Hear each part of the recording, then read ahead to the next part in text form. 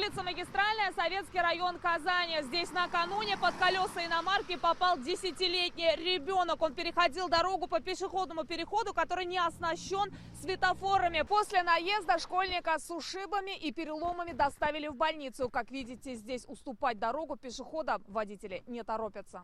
Разрешенная скорость здесь 40 км в час, но это правило водители часто не соблюдают и не притормаживают перед зеброй. Дорожные разметки стерты, а знак пешеходного перехода буквально сорван со столба. Недалеко отсюда есть еще один пешеходный переход, он нерегулируемый. Еще одно рискованное место – перекресток Зорги и Габишева. Розалия Галимова – мама двоих детей. Старшая дочь учится во 2 классе. Женщина ежедневно сама провожает и встречает ее со школы. Признается, боится, что самостоятельно ребенок не дойдет. Бывает, что влетает просто на скорости и не останавливается, и мы уже на середине пешеходного перехода видим, что летит машина. Просьба пересмотреть режим работы светофоров на этом участке появилась в народном контроле 2 недели назад. Вопрос все еще на рассмотрение. У меня 3 детей и 2 школьников средних и старших классов. И да, они переход очень быстрый. И, на самом деле, тут пенсионеры вот идут с поликлиники, не могут перейти. У меня ребенок вот туда ходит, например, в компьютерный клуб.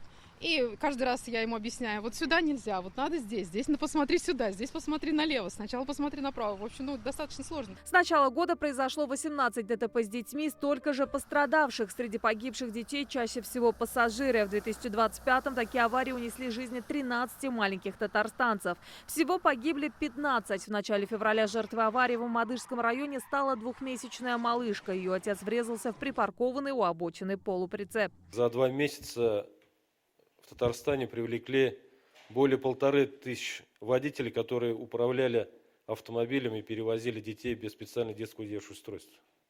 Только представьте, какая цифра. И штрафы повысились. Хотя и мы всегда говорим, что вопрос не в административном штрафе, вопрос именно в жизни, в здоровье ребенка. Многие наезды на несовершеннолетних происходят по вине самих детей. Да, ребенок прав, он переходит по пешеходному переходу.